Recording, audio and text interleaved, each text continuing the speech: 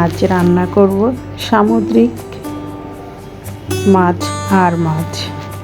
এখানে নিয়েছি আর মাছ, কাঁচামরিচ বাটা, কাঁচা রসুন বাটা, হলুদ গুঁড়া, মরিচ গুঁড়া, স্বাদমতো লবণ, সর্ষের তেল দিয়ে ভালো করে মাছগুলো মেখে নিচ্ছি। কাছে কিংবা দূরে যে যেখান থেকে এই মুহূর্তে আমার ভিডিওটি দেখতেছ সবাইকে নমস্কার ও অনেক অনেক ভালোবাসা। আশা করি সবাই অনেক ভালো আছো, আমরাও ভালো আছি। এই তো মাছগুলো মাখানো শেষ। এখন কলা পাতা নিয়েছি, কলা পাতা ধুয়ে এখানে পরিমাণ মতো সর্ষের তেল দিয়ে কলা পাতার উপরে এভাবে মেখে নিতে হবে। আর কলা পাতায় আর মাছের পাতুরি কিভাবে তৈরি করি সেটাই তোমরা দেখতে থাকো। কলা পাতায় মাছের পাতুরি খেতে দারুণ মজাদার। এই তো মাছগুলো আমি এখন কলা পাতায় সাজিয়ে নিচ্ছি। সবগুলো মাছই এভাবে সাজিয়ে নেব।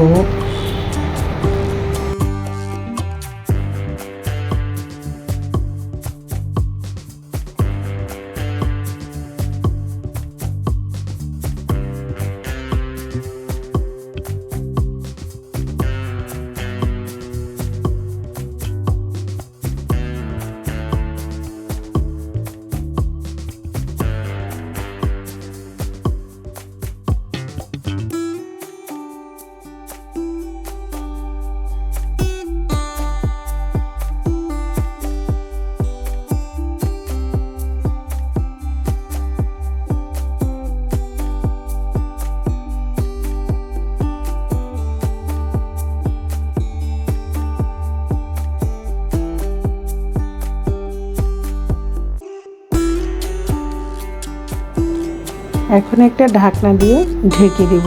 চুলার আঁচটা এখন লো মিডিয়াম আঁচে দিয়ে রান্না করে নিব। আমি এখানে দুটো কলা পাতা দিয়েছি, একটা নিচে আর একটার উপরে, দেখতেই পাচ্ছ। আমি এখন ঢাকনাটা সরিয়ে নিয়েছি। এর উপরে আমি মাছগুলো উল্টে দিচ্ছি।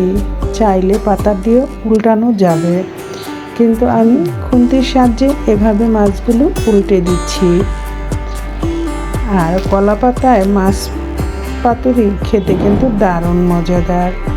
যারা খেয়েছো তারা তো জানো, আর যারা খাওনি তারা একবার হলো ট্রাই করে দেখো। কলা পাতায় যে কোনো মাছের পাতুরি খেতেই কিন্তু দারুণ মজাদার, আর রান্না করাটাও খুবই সহজ।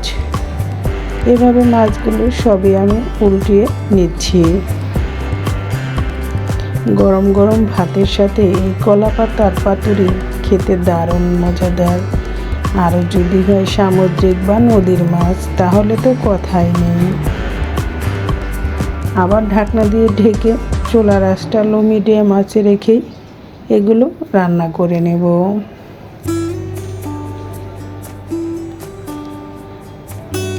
আমি দেখতেই পাচ্ছ যতটুকু মাছ থেকে জল বেরিয়েছিল সেটা শুকিয়ে গিয়েছে। আমি এখন পুরা মাছটাই আবার উল্টে দিব আরেকটা কলা পাতা উপরে দিয়ে। তারপরে কিভাবে উল্টে দিচ্ছি সেটা দেখতে থাকো।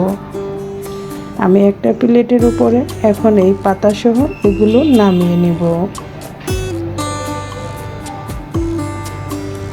এভাবে টান দিয়ে প্লেটের উপরে নামিয়ে নিতে হবে।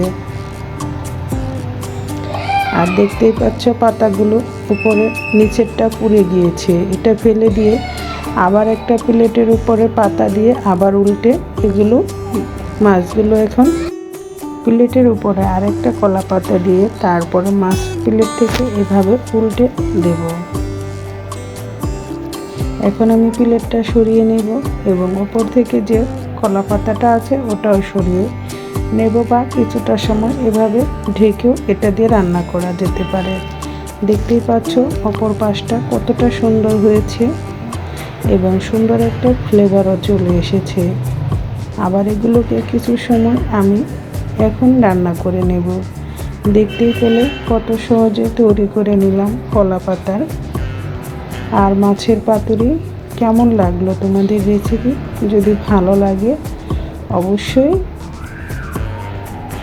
কমেন্ট করে জানাবে। আর যারা একটা লাইক দিতে ভুলে গিয়েছো, একটা লাইক দিয়ে ভিডিওটা কন্টিনিউ করবে। এই ছিল আজকের মজাদার রেসিপি। যারা এখনো কলা পাতায় এভাবে পাতুরি তৈরি করনি, তারা একবার হলো ট্রাই করে দেখো, খেতে দারুণ লাগে। আমি এখন চুলা থেকে নামিয়ে নেব। সবাই যদি আমার রেসিপিটা তোমাদের ভালো লাগে তাহলে এভাবে একবার ট্রাই করতে পারো। সবাই ভালো থেকো, সুস্থ থেকো।